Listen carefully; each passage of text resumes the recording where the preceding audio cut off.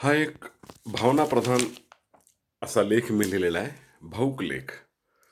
त्याच्यामध्ये म्हणजे अगदी खरोखर एखादा आदर्श पती, सज्जन माणूस, आदर्श पती त्याच्या दिवंगत पत्नीबद्दल काय म्हणेल, त्याची पत्नी गेलेली आणि तिला उद्देशून तो काय म्हणेल, तो तिच्या फोटोसमोर उभा राहतो, तस्विरीसमोर, आणि काय म्हणेल याची कल्पना करून मी हा लेख लिहिला आहे.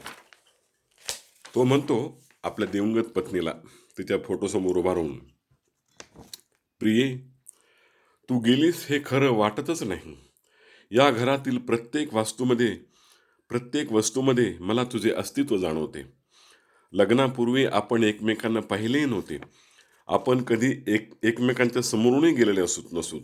पण आपण जन्माचे साथीदार होणार हे त्यावेळेस आपल्याला काय माहीत. लग्नानंतर आपण जवळपास 50 वर्ष संसार केला. एवढ्या दीर्घ काळामध्ये कितीतरी स्थित्यंतर घडली. अनेक प्रसंग आपल्या कौटुंबिक जीवनात आले. कित्येक घटना आपल्या परिवारामध्ये घडल्या. काही पुरुष त्यांच्या प्रेयसीला प्रिय म्हणतात. पण तुला खरं सांगू, प्रिय हा शब्द फक्त पत्नीलाच शोभून दिसतो, कारण तीच खऱ्या अर्थाने प्रिय असते.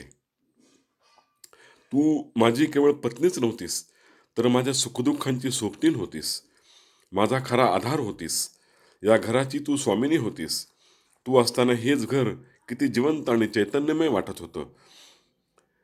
आज याच घरातील आपल्या प्रत्येक वस्तूमध्ये, प्रत्येक भिंतीवर तुझा फोटो लावलेला मला भासतो. तुझ्या तस्विरीकडे पाहताना मी स्वतःला हरवून जातो. पत्नी म्हणजे देवी, पत्नी म्हणजे लक्ष्मी, क्षणिक पत्नी आणि अनंतकाळची माता, ही सारी सुभाषित आठवतात आणि गलबलून येते.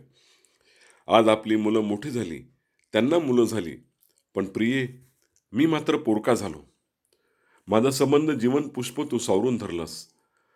तू मला प्रेरणा दिलीस, माझ्या दुःखावर फुंकर घातलीस, वेळोवेळी मला अधीर दिलास, माझ्यासाठी अनेक वेळा देवदेव केलास. तू काय केलं नाहीस सखे. मी तर म्हणेन, स्त्रीला माहेर सोडल्यानंतर पतीशिवाय कोणी नसतं, आणि पुरुषाला तरी आईवडील गेल्यानंतर पत्नीशिवाय कोण असतं. प्रिये, या आपल्या आलिशान घरामध्ये सगळं सुख आहे, पण तुझ्या बांगड्यांचा किणकिण आवाज आज ऐकू येत नाही. तुझं खोटं खोटं रुसणं, खुदकन हसणं बघायला मिळत नाही. पती हाच परमेश्वर असे समजून आजीवन त्याला साथ देणारी तुझी चालती बोलती मूर्तीच इथून अदृश्य झाली. मी तुझ्या फोटोकडे सारखा पाहत राहतो. मला भास होतो की तू फोटोतून माझ्याकडे सस्मित नजरेने पाहत आहेस, मला धीर देत आहेस. घाबरू नका, मी गेले नाही, इथेच तुमच्या जवळ आहे, असे मला म्हणत आहेस.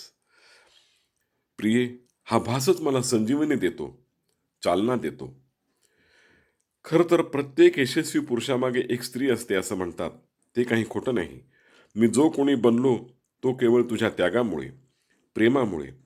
पुरुषांचे कष्ट जगाला दिसतात, पण स्त्री घरात किती झिजते हे फारच थोडे समंजस लोक जाणतात.